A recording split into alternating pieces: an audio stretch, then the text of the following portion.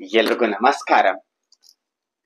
ಮಧುಮೇಹ, ಸಕ್ಕರೆ ಕಾಯಿಲೆ, ಡಯಾಬಿಟಿಸ್ ಮೆಲಿಟಸ್ ಅನ್ಕಂಟ್ರೋಲ್ಡ್ ಇದ್ದಾಗ ನಾವು ಏನೇ ಮಾಡಿದ್ರು ಕೂಡ ನಮ್ಗೆ ಮಧುಮೇಹ ಕಡಿಮೆ ಆಗ್ತಾ ಇಲ್ಲ, ಡಯಾಬಿಟಿಸ್ ಕಡಿಮೆ ಆಗ್ತಾ ಇಲ್ಲ ಅಂತಂದಾಗ ಅಂತ ಸಂದರ್ಭದಲ್ಲಿ ನಾವು ಸೀಬೆ ಹಣ್ಣಿನ ಎಲೆಗಳು, ಜಾಪಳ ಹಣ್ಣಿನ ಎಲೆಗಳನ್ನು ತಂದು ಚೆನ್ನಾಗಿ ಜಜ್ಕೊಳ್ಳಿ. ಚೆನ್ನಾಗಿ ಜಜ್ಜಿದ ನಂತರ ನೀವು 1 ಚಮಚ ಜಾಪಳ ಹಣ್ಣಿನ ಎಲೆಗಳ ರಸವನ್ನು 1 ಚಮಚ, ಸೀಬೆ ಹಣ್ಣಿನ ಎಲೆಗಳ ರಸ 1 ಚಮಚ ಮತ್ತು ಶುದ್ಧವಾದ ಜೇನುತುಪ್ಪ 1 ಚಮಚ, ಇವೆರಡನ್ನು ಕೂಡ ಚೆನ್ನಾಗಿ ಮಿಶ್ರಣ ಮಾಡಿ ಬಿಫೋರ್ ಬ್ರೇಕ್ಫಾಸ್ಟ್ ನೀವು ಸತತವಾಗಿ 1 ಮಂಡಲ ಅಂದ್ರೆ 48 ಡೇಸ್ ನೀವು ಸೇವಿಸುತ್ತಾ ಬಂದಲ್ಲಿ ಸೀಬೆ ಹಣ್ಣಿನ ಎಲೆಗಳ